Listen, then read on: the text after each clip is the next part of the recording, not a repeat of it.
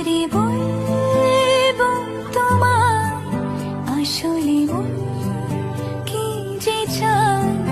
কেন সে পায়